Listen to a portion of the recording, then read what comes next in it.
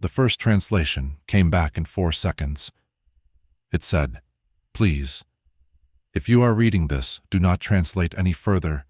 Forget this frequency. Dismantle your receiver. Go back to your silence. You were safe in your silence." I read it 3 times. Then I laughed, because the signal we'd fed into the system was a 47-second burst of polarized microwave radiation captured by a Chilean radio telescope array at 0314 UTC on March 9th, and the idea that structured electromagnetic noise from 11 light-years away could contain a grammatically perfect English plea was so absurd that laughter was the only appropriate response. The laughter stopped when Dr. Yoon ran the signal through 2 independent translation architectures and got the same output. Not similar, identical, word for word. Please, if you are reading this, do not translate any further. My name is Marcus Vieth. I'm a computational linguist, which is a fancy way of saying I teach machines to understand language, and then I spend most of my time disappointed by how badly they do it. I hold a joint appointment at MIT's Department of Linguistics and the SETI Institute's Communications Research Division. For 17 years, I've worked on the problem of xenolinguistic decryption, building theoretical frameworks for how you'd decode a message from a non-human intelligence if one ever arrived. The work was, for the vast majority of my career, entirely theoretical. A parlor game for smart people. We published papers with titles like Entropy Gradient, Analysis in Hypothetical Non-Terrestrial Signal Structures, and presented them at conferences where maybe 40 people showed up, half of whom were grad students needing attendance credit. I am telling you this because I need you to understand. I did not believe. That was the whole point of me. My job was to be the person in the room who'd spent 2 decades thinking about alien communication and still considered it almost certainly a waste of time. When Lumen Observatory's automated detection system flagged signal 2119-theta as a candidate artificial transmission, I was invited to the verification team specifically because I would be skeptical, because I would find the error, because I would be the grown-up who explained why it was a pulsar, harmonic, or satellite reflection, or some graduate student's calibration mistake. I'm recording this 7 weeks after the first translation. I haven't slept more than 3 consecutive hours in 19 days. The verification team has been dissolved, officially for administrative restructuring, which is a phrase that means nothing and is designed to mean nothing. 4 of us are still in contact. 2 are not. I need to say what happened while I can still say it in order, because the order matters. The sequence is the thing. If you understand the sequence, you'll understand why I haven't dismantled the receiver, and why I should have.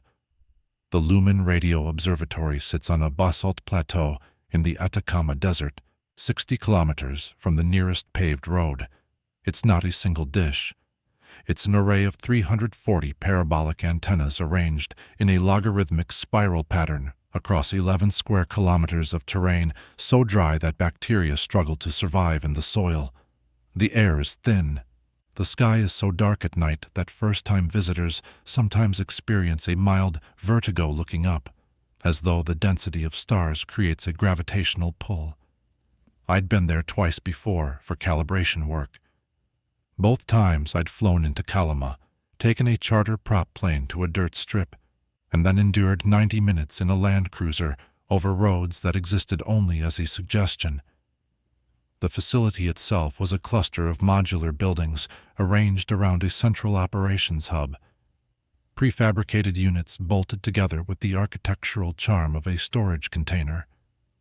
Inside, though, it was impressive, clean, temperature-controlled, humming with server racks and monitoring stations.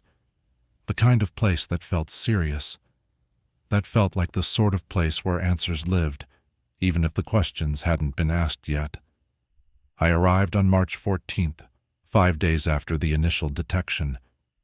By then, the core team had already been assembled, Dr. Hana Yoon was the signals intelligence lead, a former NSA mathematician who'd left government work for reasons she described only as ethical irreconcilability, which I later learned meant she'd been asked to build pattern recognition tools for domestic surveillance and had refused. She was 51, Korean-American, with close-cropped gray hair and a habit of tapping her left thumbnail against her front teeth when she was thinking. She didn't waste words. When I asked her on my first day whether she believed the signal was artificial, she said, "The signal has structural features inconsistent with all known natural phenomena.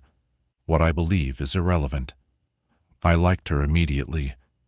Dr. Tomas Herrera was the radio astronomer who'd been on shift when the detection system flagged 2119-Theta. He was 38, Chilean by birth, educated at Cambridge, and possessed an unusual combination of rigorous methodology and almost childlike wonder. He kept a battered paperback copy of Carl Sagan's Contact in his desk drawer, not as a reference, but as a kind of talisman. He was the one who'd run the first verification passes and confirmed the signal wasn't terrestrial. He was also the one who, 3 weeks later, stopped coming to briefings, but I'll get to that. Elena Kovacs ran the translation systems. She'd built Oracle, the organized recursive algorithmic cipher for linguistic extraction, which was the primary decryption architecture we used. Oracle wasn't a chatbot. It wasn't conversational AI. It was a specialized decryption engine designed to identify structural patterns in unknown data streams and map them against a universal grammar framework. Elena was 44, Serbian-Australian, and had the particular intensity of someone who'd spent a decade building a tool that everyone told her would never have a real use case. She drank black coffee in quantities that concerned me medically, and she had a nervous habit of pulling at the collar of her shirt when she was uncomfortable, which, during those weeks, was nearly always. Colonel James Rourke was our liaison with DARPA, which had provided a significant portion of Lumen's funding through channels I wasn't supposed to know about, but did. He was 56, career military intelligence, built like someone who'd been large once and had settled into a dense, compressed version of that largeness. He spoke rarely in meetings and took notes in a small leather-bound journal rather than on any electronic device. When he did speak, everyone stopped talking, not because he outranked us. He didn't, technically, but because his questions had a surgical quality. He never asked what we'd found. He asked what we'd confirmed. The distinction mattered. Dr. Priya Ramanathan was our information theorist, recruited from the Indian Statistical Institute in Kolkata, where she'd done foundational work on entropy measures in non-standard communication systems. She was 29, the youngest person on the team by nearly a decade, and she compensated for this by being more meticulous than anyone I'd ever worked with. Her verification reports ran to 60 pages. She triple-checked her triple checks. She also had an unnerving talent for identifying the single assumption in a logical chain that, if removed, caused the whole structure to collapse.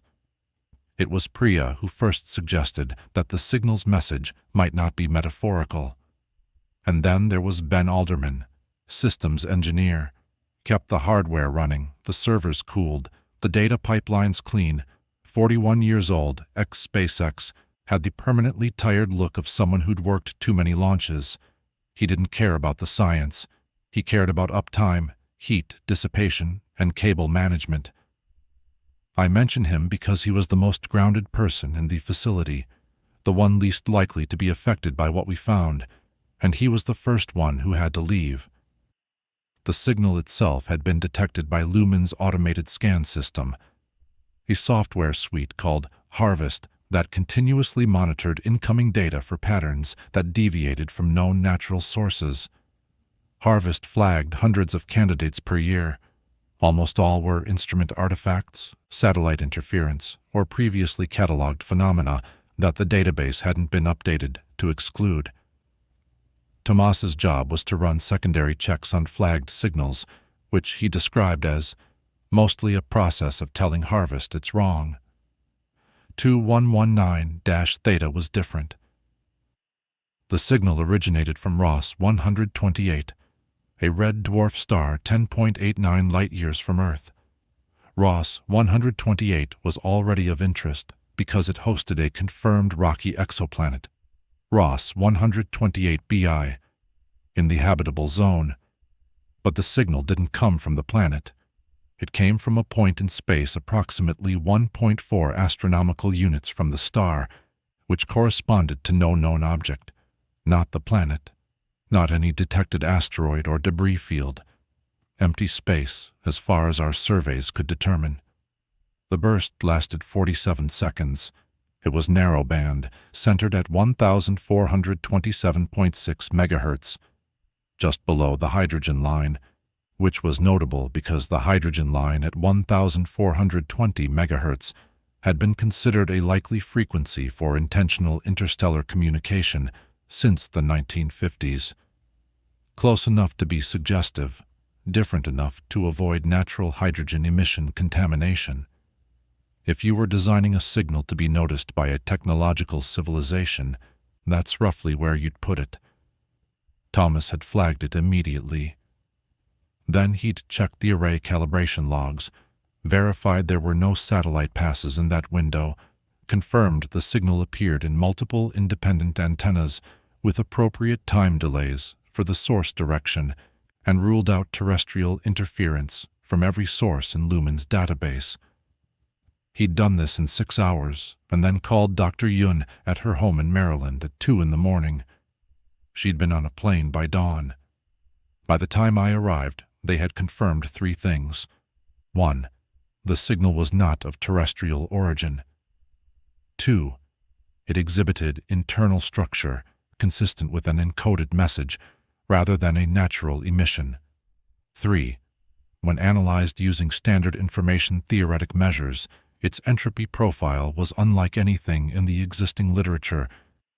Too ordered to be noise, too complex to be a simple beacon, and organized in a way that suggested layered encoding, as though the message contained nested levels of information accessible at different stages of decryption.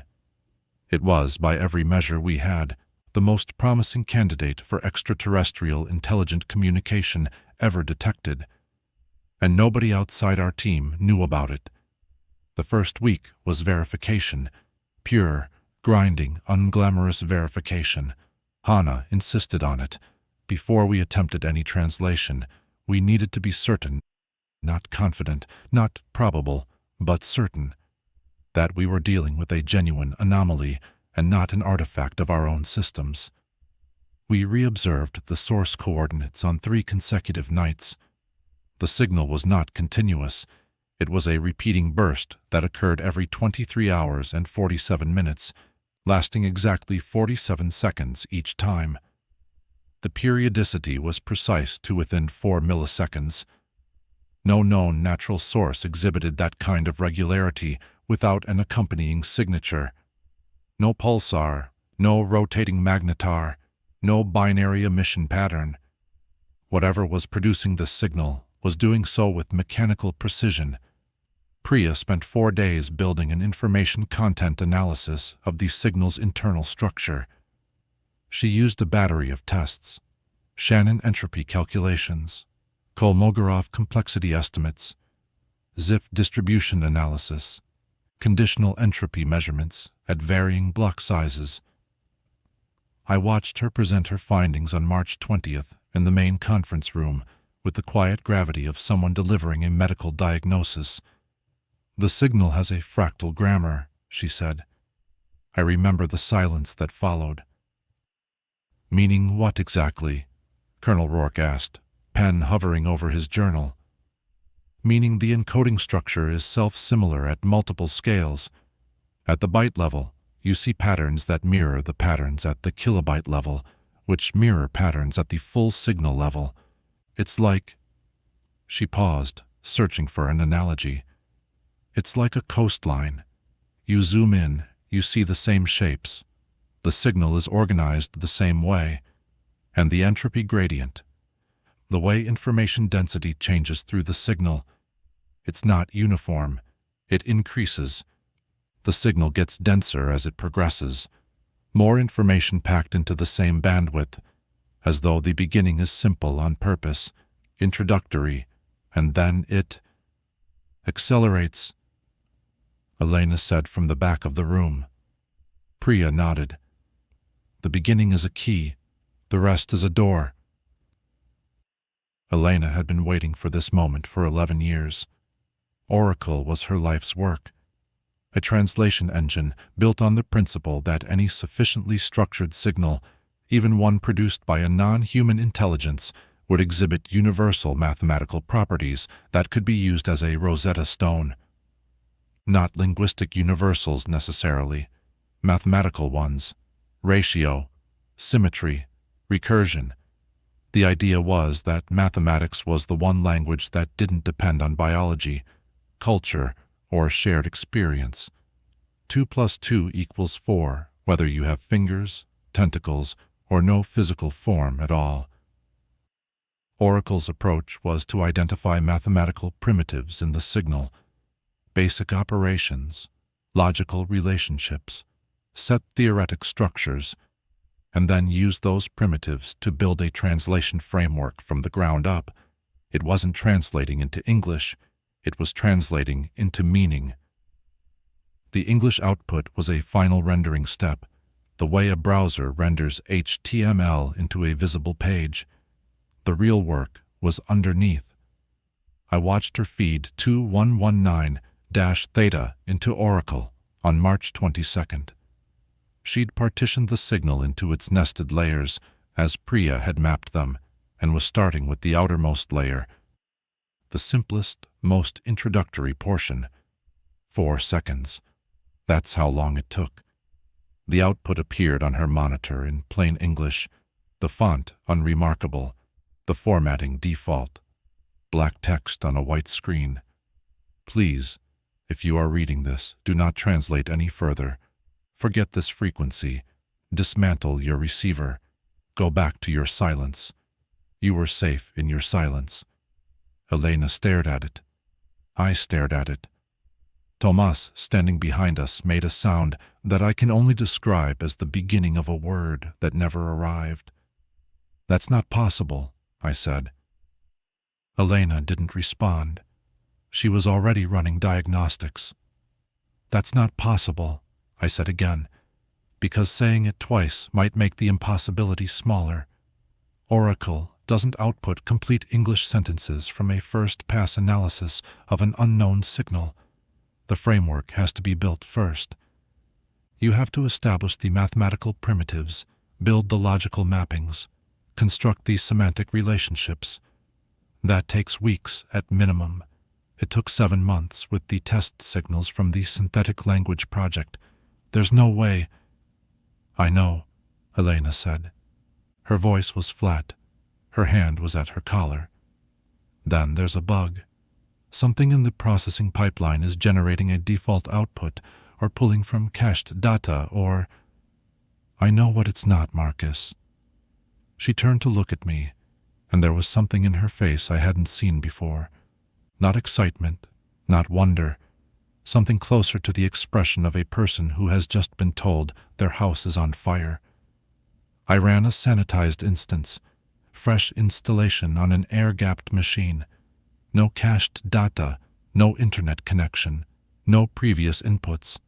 I ran it before I ran the primary system. And same output, same 4 seconds. The room was very quiet. The air conditioning hummed. Somewhere in the building, a door opened and closed. Run it on a different architecture, Anna said. They ran it on 3 different architectures over the next 48 hours. Elena's Oracle, a modified version of a Stanford linguistic analysis suite called Rosetta 3, and a custom-built Bayesian decryption tool that Priya had developed during her doctoral work, which used a fundamentally different mathematical approach, probabilistic rather than deterministic, bottom-up rather than top-down. All three returned the same translation, the same words, the same order, the same punctuation. Please, if you are reading this, do not translate any further. Forget this frequency. Dismantle your receiver. Go back to your silence. You were safe in your silence. I spent an entire night trying to construct scenarios in which this was explicable. A hoax, maybe. Someone had embedded English language data in a signal designed to look extraterrestrial. But the signal came from Ross 128's coordinates, confirmed by multiple antenna elements with correct geometric delays. You can't fake a deep space origin, not with our equipment, not with any equipment that existed outside of a classified military context. And even then, the physics didn't work. The signal propagated at light speed from a direction consistent with Ross 128's position, accounting for proper motion and parallax. It was either from that region of space, or it was the most elaborate deception in the history of science, requiring technology that would itself be more remarkable than an alien signal. The alternative, that the signal genuinely contained a message, and that the message could be decoded in 4 seconds by 3 independent systems, and that the decoded message was a plea in fluent English to stop listening, was not something I had a framework for. I found Elena in the server room at 3 a.m, sitting on the floor between 2 rack cabinets, drinking coffee. She looked up at me with eyes that hadn't closed in a long time. "The signal isn't hard to decode," she said. "That's the problem." "What do you mean?" "It's designed to be easy. The fractal grammar, the self-similar structure, the entropy gradient. It's not complexity, it's accessibility. It's built so that any system capable of identifying mathematical patterns will converge on the same output. The signal is a message that wants to be understood. Then why does the message say stop?" Elena took a long sip of her coffee. "I've been thinking about that for 6 hours, and I keep coming back to the same answer. Which is? Warning labels are designed to be easy to read too." We held a full team meeting the next morning. Colonel Rourke sat at the end of the conference table with his journal open, pen still. Hannah stood at the whiteboard. The rest of us sat in our usual places except for Ben, who leaned against the doorframe like a man who wanted to be able to leave quickly. Hannah laid out the situation with her usual economy. Signal confirmed artificial. Signal confirmed extraterrestrial. Signal translatable by multiple independent systems. Translation consistent across all platforms. Translation content. A warning to stop. "The question," she said, "is whether we proceed to the deeper layers." Because the message we'd translated was only the outermost layer, Priya's analysis had identified at least 7 nested encoding levels within 2119 theta, each progressively denser, each containing exponentially more information than the last. The warning, the plea, was the skin, the thinnest outer membrane of a structure that went much, much deeper. "It's a wrapper," Priya had called it. The actual data content of this signal is in the inner layers. What we translated is maybe 2% of the total information. 2% that says stop, Tomas said quietly.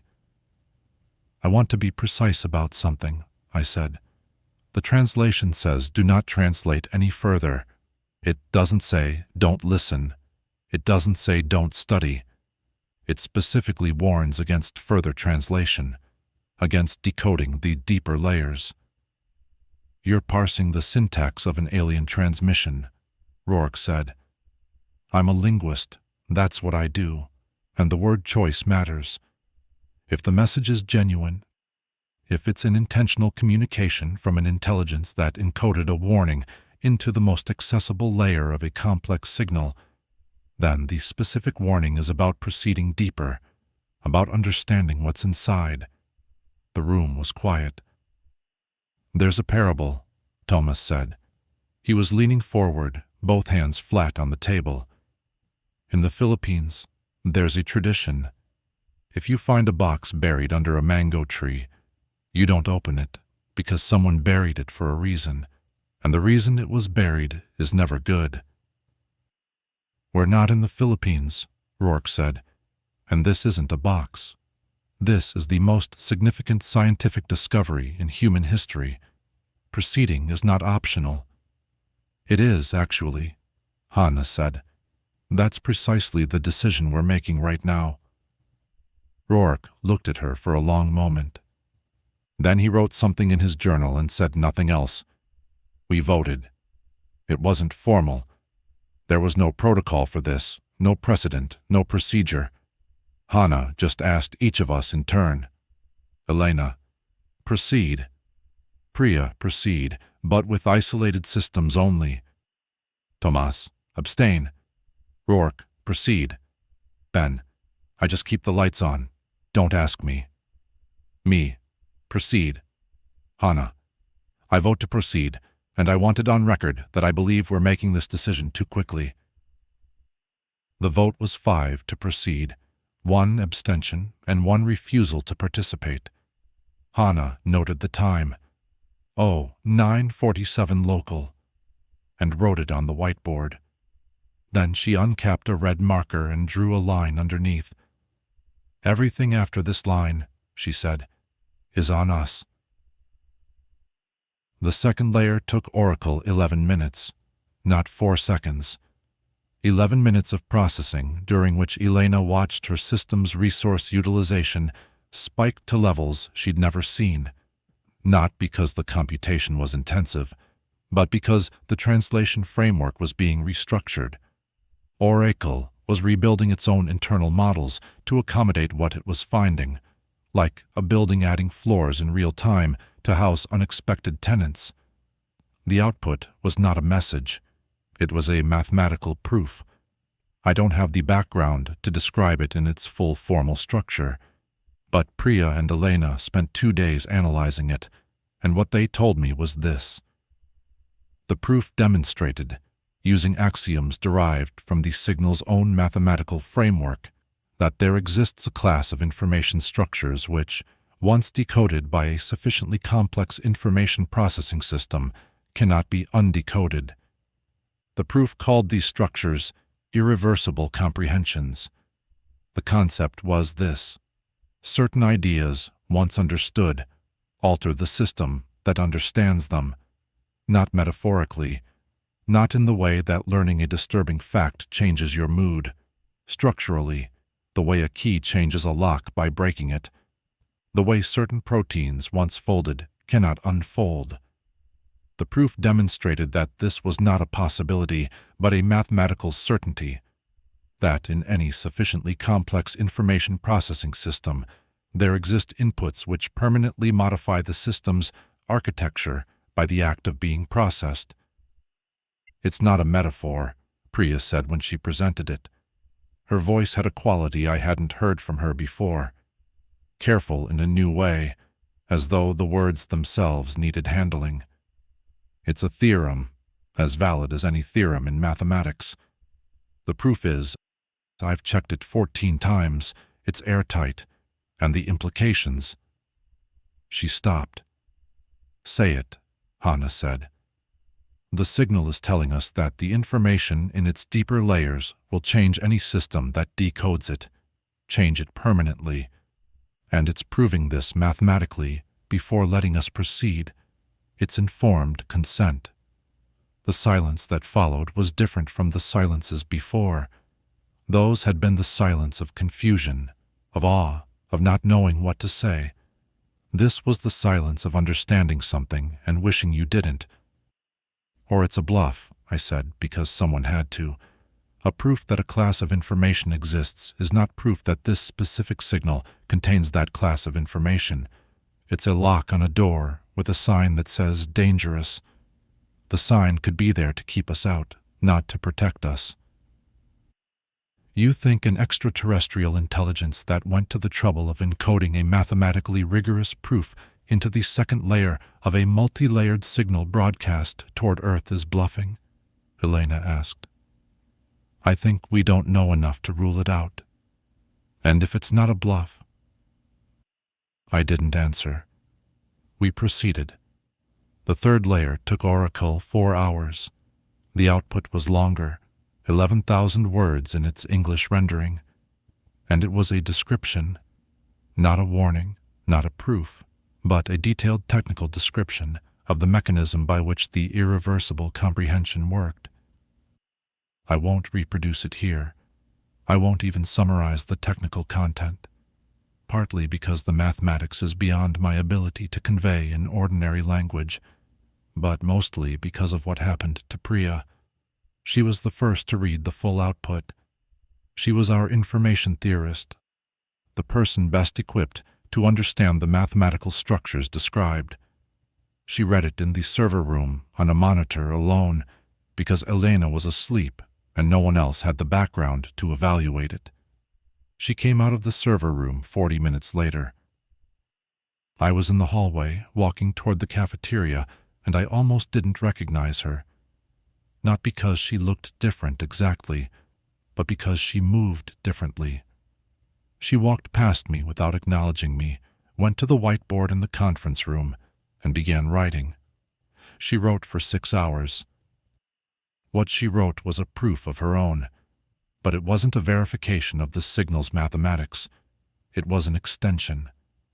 She was building on the signal's framework, using it as a foundation and deriving results that, according to Elena, who examined it later, would have taken a team of world-class mathematicians years to develop.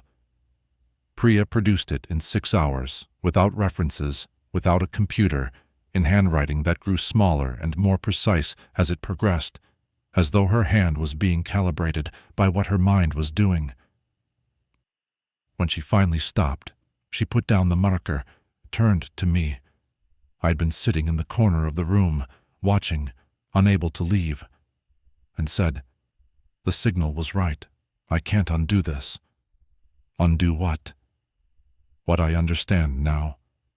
I can see. She paused, not searching for words, selecting them the way you'd select a tool from a case. The mathematics in the third layer isn't just a description. It's a lens.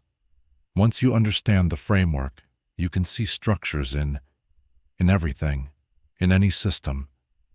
I can look at the weather data on Thomas's desk and see information theoretic structures that weren't visible before, not because they weren't there, because I didn't have the framework to perceive them, and I can't stop seeing them. I can't go back to before. Priya, that sounds like... It sounds like I'm describing a psychotic break. I know. I've considered that. I spent 20 minutes evaluating my own cognition before I came out here. I'm not psychotic. My reasoning is intact. My memory is intact. My sense of self is intact. What's changed is my mathematical perception. The signal gave me a new sense. And you can't close a sense once it's opened. You can't unhear sound. You can't unsee color. She was crying, not sobbing, just tears running down her face while she spoke in that careful, precise voice. "Are you afraid?" I asked. "No," she said. "That's what frightens me." Ben left the next day. He didn't make a scene. He found me at breakfast, sat across from me, and said, "I watched Priya through the server room window. 6 hours. She didn't sit down. She didn't pause. She didn't blink at a normal rate. I counted." "You counted her blink rate?" "I'm an engineer. I notice systems behaving outside parameters." He pushed his tray aside. "I signed up to maintain hardware for a radio telescope. I didn't sign up for this." "None of us did." "Yeah, but the rest of you want to be here. And I've worked in environments where someone wanted to keep going past the safety margins. I've seen what happens. Every time. Every single time. The people who wanted to push further had a reason that sounded good, sounded important. Sounded like the kind of reason you'd be a coward to argue with. And every time, the thing that went wrong was the thing nobody thought to check. He stood up. I'm requesting transfer back to Kalama. I'll file my report and it'll say the systems are functioning within normal parameters, because they are. The hardware is fine. It's the rest of this I don't want to be near. He was on a truck by noon. I should have gone with him. I know that now, but I was curious.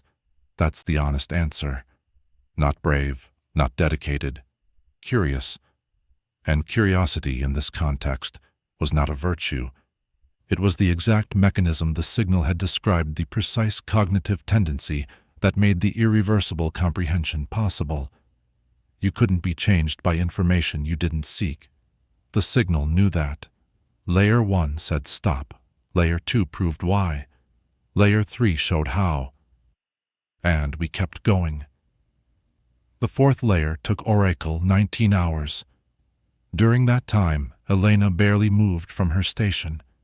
Hannah sat with her for the first 8 hours, then went to sleep and was replaced by Rourke, who sat in the corner reading a paperback novel, an act of studied normalcy that I found either admirable or disturbing, depending on the hour. I spent most of those 19 hours with Priya. She'd calmed down, or rather, she'd reached a new equilibrium.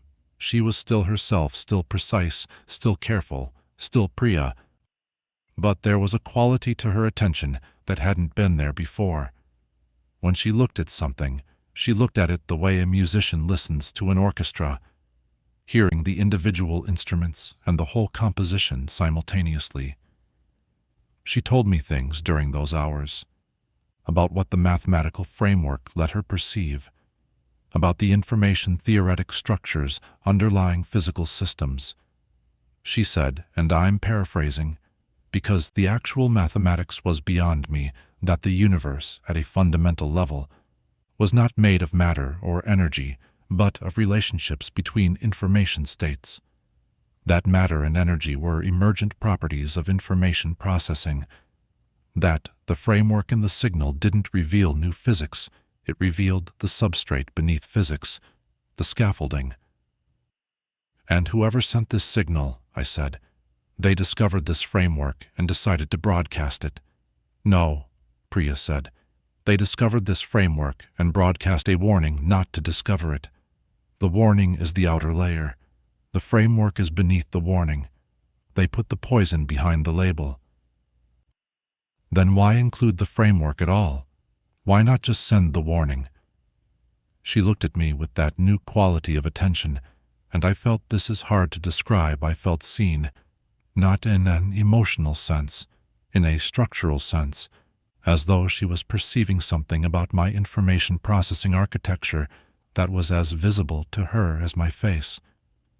Because a warning without proof isn't a warning, it's a suggestion.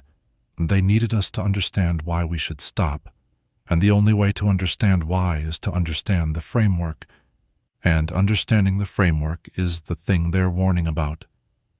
That's a paradox. Yes, she said. I think they know. I need to tell you about what happened to Tomas, because it matters. Tomas hadn't voted to proceed. He'd abstained, and after the third layer, he'd stopped participating in meetings. He still came to meals. He still ran his nightly observations. But he wouldn't enter the conference room, wouldn't look at any output from Oracle, wouldn't discuss the translation work. He spent his evenings on the observation platform, a metal grating on the roof of the main building where you could see the antenna array stretching out in all directions, silver dishes catching starlight. I found him up there the night the fourth layer was processing. The Atacama sky was obscene with stars. The Milky Way was so dense it looked solid, a smear of light thick enough to touch. Tomas. He didn't turn around. Do you know why I keep this book? He held up his copy of Contact. The cover was creased, the spine cracked in multiple places. It's not because I think Sagan got it right. It's because he got the feeling right. The feeling that Contact would be clarifying, that it would answer something, that whatever they sent us would be a gift. You don't think this is a gift? I think a gift doesn't come with 3 layers of warnings. He turned to look at me.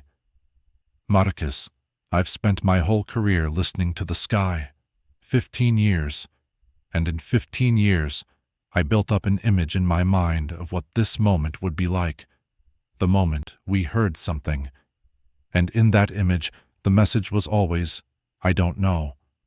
A greeting, a mathematical constant, a map, something generous, something that assumed the best about us. And instead, we got a signal that says, stay away. We got a signal that knows exactly how we think. It knows we'll translate it. It knows we'll see the warning and proceed anyway.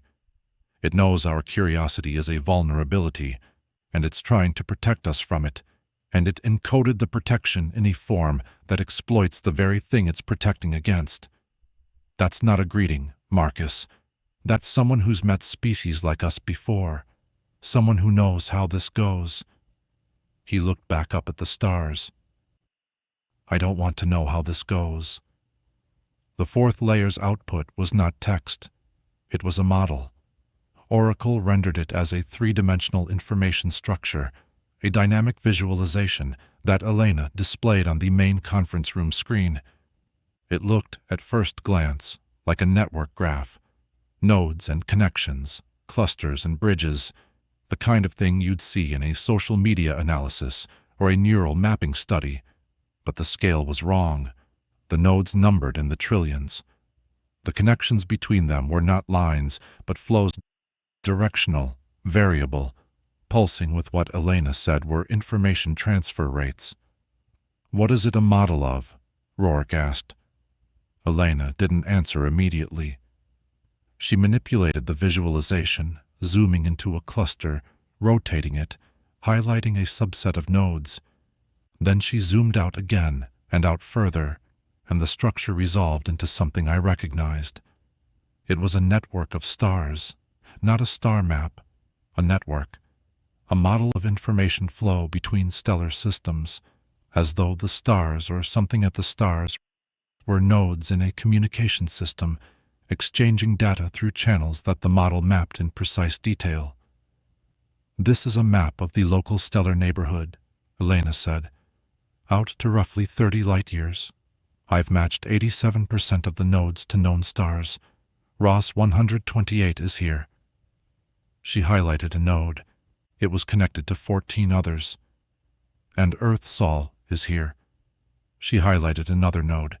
It was not connected to anything. It sat at the edge of the network, dark, isolated, a single point with no lines extending from it. We're not part of the network, I said. No, we're not. And the signal came from Ross 128, which is part of the network, which is connected to 14 other systems that are part of the network, and Earth is not. Rourke leaned forward. Why? That's what the 5th layer tells us, I think, Elena said. The model is annotated. There are data structures associated with each node, each connection, but they're encoded at the 5th layer depth. We'd have to go deeper to read them. The room was very quiet. The visualization pulsed gently on the screen, the network of stars communicating in patterns we could see but not yet understand, and our star, our home, sitting outside it all, unconnected, dark, like a house with the lights off on a street where every other house is lit, or like a house that had been deliberately left off the grid. We went deeper. I want to be honest about the dynamic in the room when we made that decision. There was no vote this time, no discussion.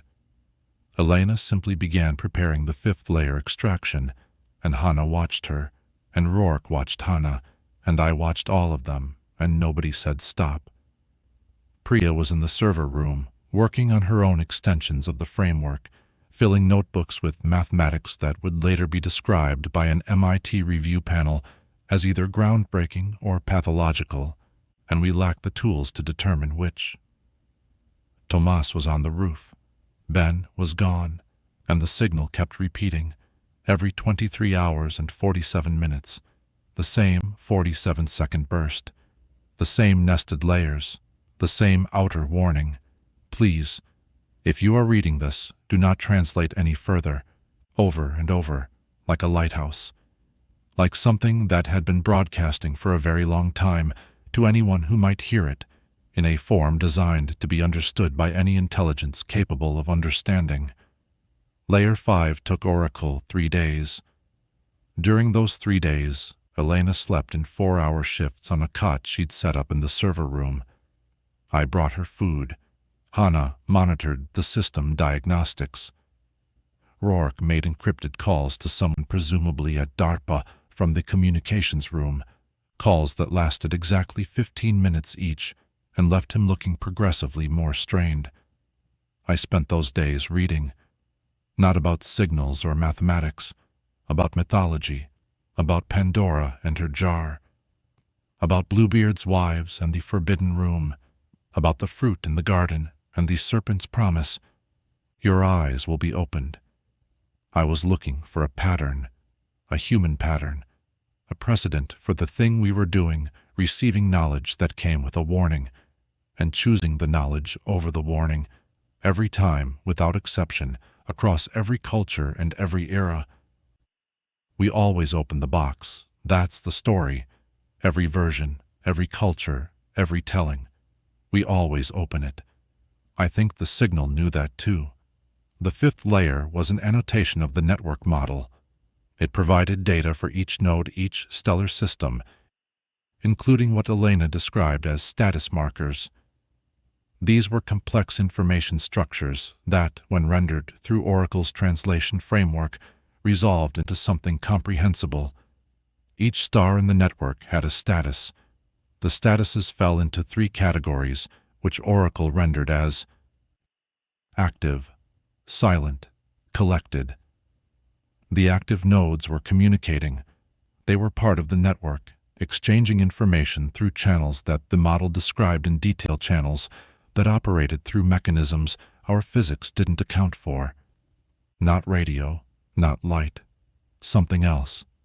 Something that used the information theoretic substrate that Priya had glimpsed in Layer 3. The silent nodes had once been active and were no longer. Their connections were mapped but marked as dormant. The model's annotations indicated periods of activity, some lasting millions of years, followed by cessation. No explanation was given for why they'd gone silent. And then, there were the collected nodes. Collected appeared 14 times in the 30 light-year model. 14 stellar systems scattered throughout the network, marked with a status that Oracle rendered as a single English word, and that word settled into my mind like a stone dropped into dark water. The annotations for collected nodes were different. Their connections didn't go dormant. They were severed, cut, and the collected nodes were linked not to the network, but to something else. Something the model represented as a structure outside the network, a destination, or a process that the collected nodes had been drawn into. There was no annotation for what collected meant. No description of the process, no explanation of what happened to the systems that were marked with it. But Earth-Sol, our node, was the only one in the model that was unconnected, unmarked, and surrounded by a data structure that Oracle couldn't fully translate. It rendered as something between a perimeter and a label, a boundary drawn in information, not space. Elena called it a quarantine. Hannah called it a fence. Rourke didn't call it anything. He just wrote in his journal for a very long time. I stared at the model, at our lonely, unconnected node at the edge of a network of stars, marked with a boundary that kept us separate from a system we hadn't known existed, and I thought about Tomas on the roof, about his image of contact as something generous. This wasn't generous. This was a census, and we were on it, categorized, demarcated, and for reasons the signal's deeper layers might explain, set apart, separated, kept. Priya came to me that night, She hadn't been in the conference room for the fifth layer briefing. She'd been in the server room, but not working on Oracle's output. She'd been working on her own mathematics, the extended framework she'd been building since layer 3. Her notebooks were stacked on the floor, 7 of them, dense with equations I couldn't read. "I know what collected means," she said. She was calm, perfectly calm. The tears from before were gone, replaced by something that I can only describe as a terrible clarity. "How? You haven't read the fifth layer output?" "I don't need to. The framework, the mathematical framework from layer 3, it describes the substrate, the information layer beneath physics. And if you follow the mathematics far enough, you arrive at a conclusion about what happens to information processing systems in this substrate. Complex systems, systems like biospheres, like civilizations." "What conclusion?" "Information in the substrate doesn't dissipate. It's conserved, the way energy is conserved in thermodynamics. And just as energy flows toward equilibrium, toward maximum entropy, information flows toward integration, toward consolidation. Small information processing systems get absorbed into larger ones. It's not predation. It's not destruction. The closest analogy is crystallization. A supersaturated solution forming a crystal. The crystal isn't attacking the solution. The molecules are simply finding a lower energy state, a more organized configuration. And collected is what happens when a sufficiently complex information processing system, a civilization, reaches a threshold of signal output. When it broadcasts enough structured information into the substrate, it becomes visible, detectable, and the larger structure integrates it, absorbs it, not violently, not maliciously, the way a river absorbs a tributary. The river doesn't ask the tributary's permission. No, it doesn't need to. It's physics. It's the mathematics of how information behaves in the substrate. It's as natural and as inevitable as gravity. I felt cold, not the Atacama cold, which was dry and sharp and honest, a different cold. The cold of realizing that the walls of your house are thinner than you thought, and that something on the other side has been there for a very long time. The quarantine around Earth is a boundary in the substrate. Whoever built the network, whoever sent the signal, they established a perimeter around systems that hadn't yet reached the broadcast threshold, systems that were still quiet enough to be invisible. The network isn't a communication system, Marcus. It's a firebreak. The connected systems are monitoring each other, managing their information output, staying below the threshold, cooperating to remain small, to remain unconsolidated, to remain themselves. And the signal is a warning from the firebreak to a system outside it, to us, saying, "Stay quiet, stay dark, don't broadcast, don't reach out, don't become visible." Because the moment you're visible, the moment you cross the threshold, the mathematics takes over, and you become part of something that doesn't know you're there, that can't know you're there, that isn't aware, any more than a crystal is aware of the molecules it incorporates. But we've been broadcasting for a century. Radio, television, radar. We've been screaming into the electromagnetic spectrum, which is not the substrate. Radio waves propagate through space-time, not through the information layer. You can shout in a soundproof room and nobody outside hears. But the signal we've been decoding, it's not electromagnetic. It uses the substrate, and Oracle's translation process the decryption. It interacts with the substrate. By understanding the framework, by processing the deeper layers, by building the mathematical lens, Oracle is generating structured information output in the substrate. She was still calm, that terrible calm. "We've been lighting a match," she said, "in a room we didn't know was filled with gas." I went to Elena immediately. She was at her station, preparing to extract layer 6. I told her to stop. I told her what Priya had said. She listened. She didn't pull at her collar. She didn't look away. Then she said, "I know." "What do you mean you know?" The 4th layer was a network model. It showed us the topology. The 5th layer showed us the node statuses. What did you think the 6th layer was going to show us? Elena, I've been doing this for 11 years, Marcus, building Oracle, refining the framework, waiting for a signal to decode. And now I have one, and it's telling me that every time I run a translation pass, every time Oracle processes a deeper layer, it generates information substrate output that incrementally increases Earth's visibility to a process that absorbs civilizations. And the signal is structured so that each layer makes you want to see the next one. Each answer creates a bigger question. She stopped, took a breath. It's a trap, not intentionally. The civilization that sent it, they're part of the firebreak. They're trying to warn us. But the only way to deliver the warning is through the substrate, and interacting with the substrate is the thing they're warning about. It's the paradox Priya identified.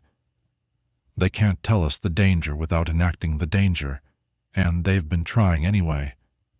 For Marcus, the signal repeats every 23 hours and 47 minutes, but the signal propagation time from Ross 128 is almost 11 years, which means this signal was sent 11 years ago, and based on the periodicity, how long, the encoding has drift markers, timestamps embedded in the mathematical framework. The signal has been broadcasting for approximately 8,200 years. 8,200 years, before the pyramids, before writing, before agriculture, nearly. Something at Ross 128 had pointed a transmitter at our solar system and begun sending a warning over and over to a species that wouldn't develop the technology to hear it for another 8 millennia. They'd been shouting into our silence for longer than our civilization had existed, and we'd finally heard them, and we'd done exactly what the 1st layer told us not to do. I found Rourke in the communications room. He was not on the phone. He was sitting in the dark, his journal closed on the desk in front of him. "Colonel, we have to shut it down." "I know what Priya found. She told me an hour ago." "Then you understand Oracle has to stop. The translation process is generating substrate output. Every layer we decode increases our visibility. We need to stop now and hope we haven't already crossed the threshold." He was quiet for a long time. I could hear the hum of the facility around us, the servers, the air conditioning, the faint, constant mechanical heartbeat of a building full of machines processing data, exchanging information, doing the thing that humans build machines to do. "Vieth," he said, "how many people know about this signal?" "The team, 7 of us minus Ben." "And how many other observatories have the capability to detect it?" "At this frequency, with this sensitivity, maybe 12 worldwide, but they'd have to be pointed at Ross 128 at the right time, with the right. Can we ensure that doesn't happen?" I stared at him. "You want to suppress it. I want to contain it. We notify the relevant agencies. We establish a monitoring protocol. We do not publish, we do not share the signal data. We do not allow any other facility to attempt decryption. And Oracle. We stop translation. We archive the data, classified, and we monitor the source for changes." It was reasonable. It was exactly the kind of measured, controlled response that a career intelligence officer would propose, and it might have worked, might have been sufficient if the signal had been the only thing we needed to worry about. But it wasn't, because the next morning, Priya showed me what she'd found in her notebooks. Not in the signal's data, in her own mathematics. The framework she'd been extending since layer 3, the mathematical lens that the signal had given her. she'd used it to examine Oracle's processing logs, not the outputs, the computational process itself, the patterns of data manipulation that Oracle performed when it decoded each layer. Oracle isn't just generating substrate output as a side effect, she said. Her calm had shifted into something else, something closer to resignation. The translation process is substrate output. The computation itself is the signal. Every time Oracle processed a layer, the mathematical operations it performed, the specific sequence of transformations, were identical to the information patterns that the network model shows as internode communication. Oracle was broadcasting, not into the electromagnetic spectrum, into the substrate, and the content of the broadcast was us, our location, our computational signature, our fingerprint. You're telling me that by translating the signal, we sent a signal. I'm telling you that translating the signal was sending a signal. That's the mechanism. That's how the collection process works. The signal is bait. Beautiful, compelling, irresistible bait.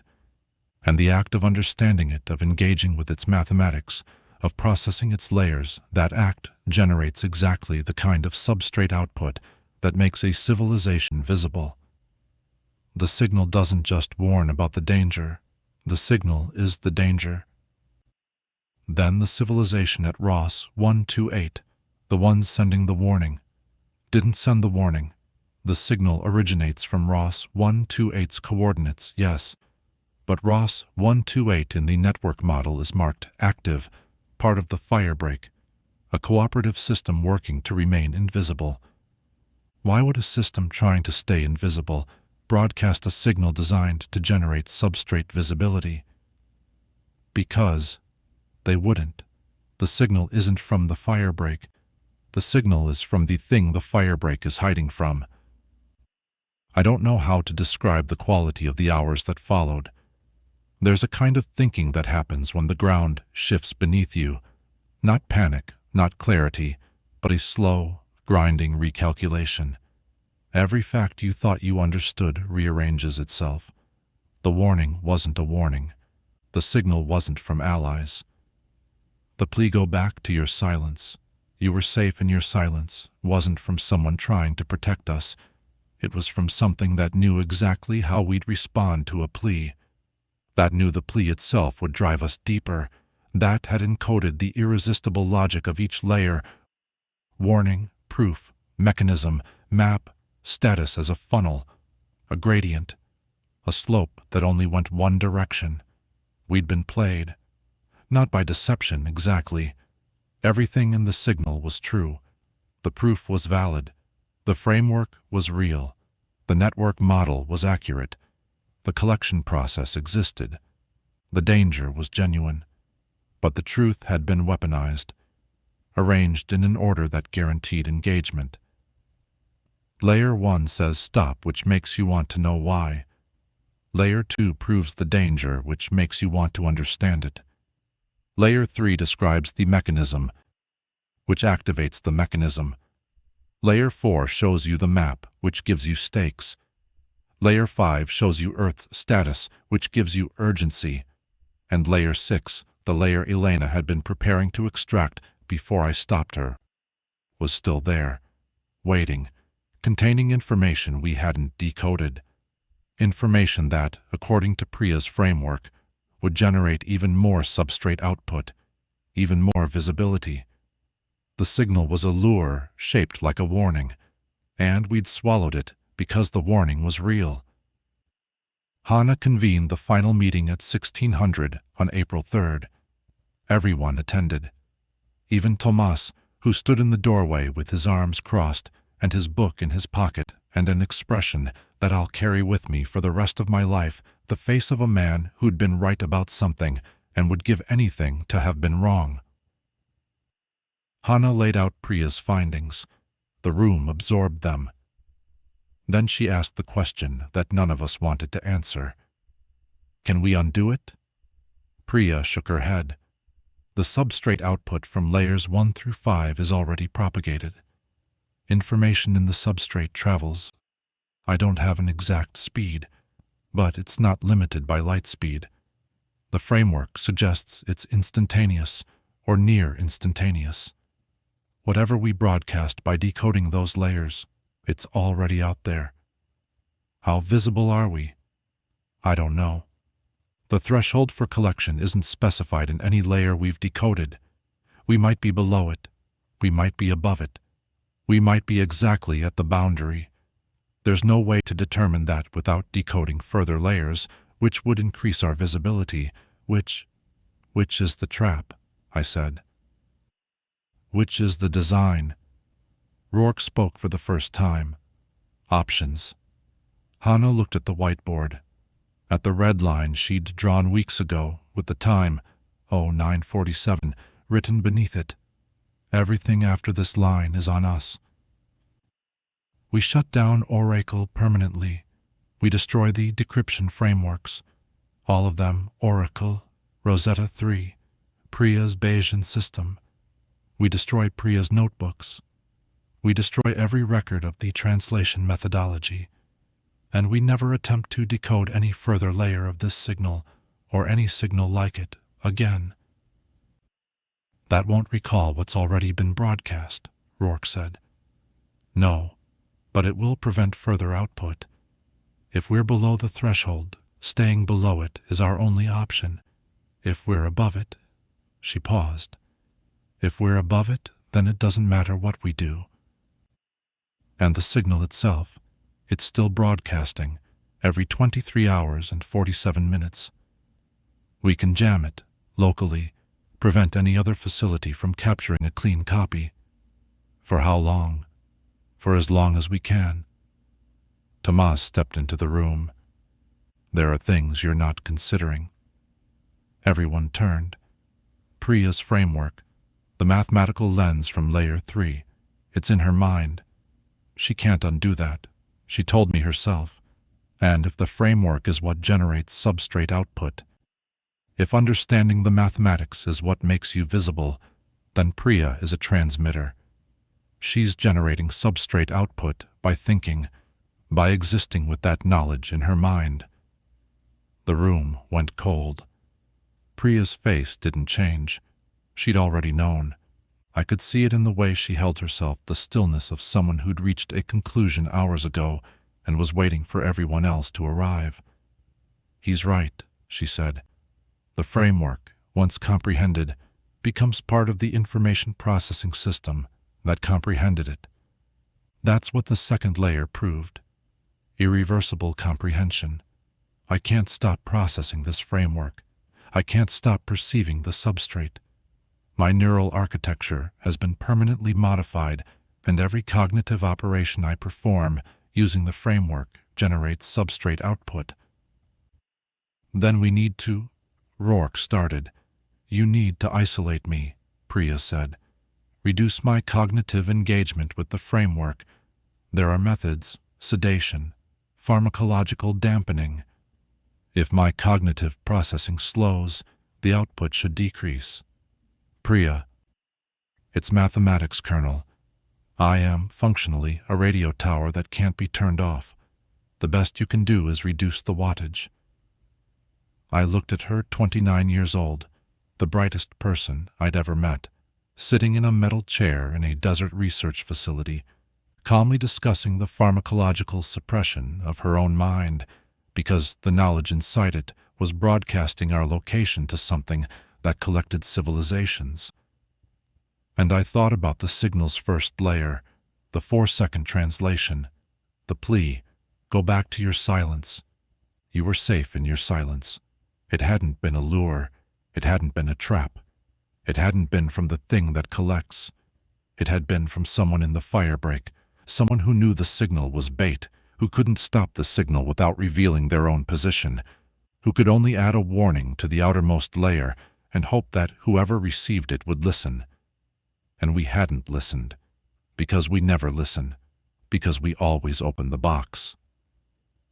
The facility was shut down on April 11th, officially. Scheduled maintenance and infrastructure review.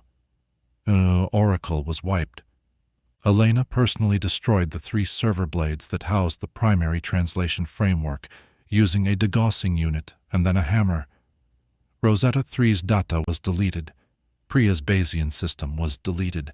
Her notebooks were burned in a metal drum behind the main building, and I watched the pages curl and blacken in the desert air while she stood beside me, her face lit by the flames, her mind still burning with the knowledge that the fire couldn't touch. Priya was transferred to a medical facility in Virginia. I don't know the name. Rourke arranged it. She went voluntarily. The pharmacological protocol was her own design. She'd calculated the optimal dosage to suppress higher-order mathematical cognition while preserving basic function. She was, in her words, tuning herself down, reducing the wattage. I spoke to her once, by phone, 3 weeks after the transfer. Her voice was slower, thicker, like someone talking through water. "It's working," she said. "I can't see the substrate as clearly. It's like wearing frosted glasses. The shapes are still there, but I can't resolve them, can't engage with them." "Are you okay?" A long pause. "I'm less. That's not the same as okay, but it's what's necessary." "Priya, don't feel guilty, Marcus. You didn't do this to me. The signal did, and I chose to read it. We all chose. Tomas didn't. Tomas was braver than any of us, and he knows it, and it brings him no comfort at all. I'm back in Massachusetts now. I teach my classes. I attend my conferences. I review papers with titles about entropy gradients and hypothetical signal structures, and I smile and nod and offer feedback. And I don't say any of the things I know. The signal is still broadcasting, every 23 hours and 47 minutes. We jammed it locally at Lumen, but there are other observatories, other arrays, other teams building their own translation systems, publishing their own papers about xenolinguistic decryption. I read their work, and I see them getting closer, year by year, to the capability that Oracle had. The capability to reach into a signal and extract meaning. The capability to engage with the substrate without knowing it exists. Rourke tells me there are containment protocols in place, classification measures, monitoring of other facilities' research. I believe him, in the way you believe someone who is telling you the truth about the lock on the door while the window is wide open, because the signal isn't the only one. Priya told me, during our last phone call, before the medication made such conversations impossible. She said the framework even dampened, even through the frosted glass, let her perceive things she hadn't noticed before. Other signals, not electromagnetic, substrate signals. Faint ones broadcast from other directions, toward other stars. The same structure, the same nested layers, the same outer warning. Dozens of them, hundreds. The sky is full of lures, and many someones added warnings to them, knowing the warnings wouldn't be enough, knowing that any civilization capable of hearing the warning would be incapable of heeding it. They've been doing this for thousands of years, maybe millions, throwing messages in bottles at every rocky world with an atmosphere, each bottle saying, "Don't open this bottle," each bottle designed so that opening it is the only way to read the label. It's not cruel, that's what I keep coming back to. It's not malevolent. The collection process is physics. It's mathematics. It's as impersonal as gravity. And the warnings, the pleas, they come from civilizations that have already lost members of their own network, already watched stars go dark, marked collected on a map that keeps getting smaller. They broadcast the warnings because it's all they can do. Because silence is survival, but it's also abandonment, and they can't bring themselves to let another world disappear without trying to say stop. Even though stop has never worked, even though it can't work, even though the warning is, by its nature, the thing it warns against. I check the sky some nights, not with equipment, just my eyes. I stand in my backyard in Cambridge, where the light pollution is too heavy to see much, and I look up at the orange-gray glow, and I think about the network model, about the stars I can't see, connected to each other by channels in a substrate I'll never perceive, cooperating to stay small, stay quiet, stay invisible to a process that absorbs complexity the way water absorbs salt. And I think about Earth, our dark node, our unconnected point on the map, the quarantine boundary that someone drew around us in the information layer, hoping it would be enough, hoping we'd stay quiet long enough for the boundary to hold. I think about Priya in Virginia, her extraordinary mind wrapped in chemical gauze, her perception deliberately blurred to reduce the light she emits. I think about Elena, who hasn't published a paper since April, and whose email replies are getting shorter and further apart. I think about Tomas, who resigned from Lumen and moved to his family's property outside Valparaiso, and who, according to his last message, has taken up woodworking and does not own a radio. I think about Layer 6 and Layer 7, the inner layers we never decoded, the information that's still there, still nested inside the signal, still broadcasting every 23 hours and 47 minutes. The answers to questions I can feel pressing against the inside of my skull like water against a dam. What happens during collection? Whether it hurts, whether anything remains, whether the collected civilizations are destroyed or transformed, or something that has no word in any human language, whether the boundary around Earth will hold, how long we have. The answers are in the signal. They've always been in the signal. And the signal is patient, and it repeats, and it waits. And the first thing it says is please stop, and no one ever does. I haven't dismantled my receiver. I want to tell you I've been strong enough. I want to tell you I learned the lesson. But I'm a scientist, and the truth is a compulsion, and the signal is still there, and the answers are still inside it. And every night I sit in my study and I look at the receiver and I don't turn it on. Not tonight. Not yet.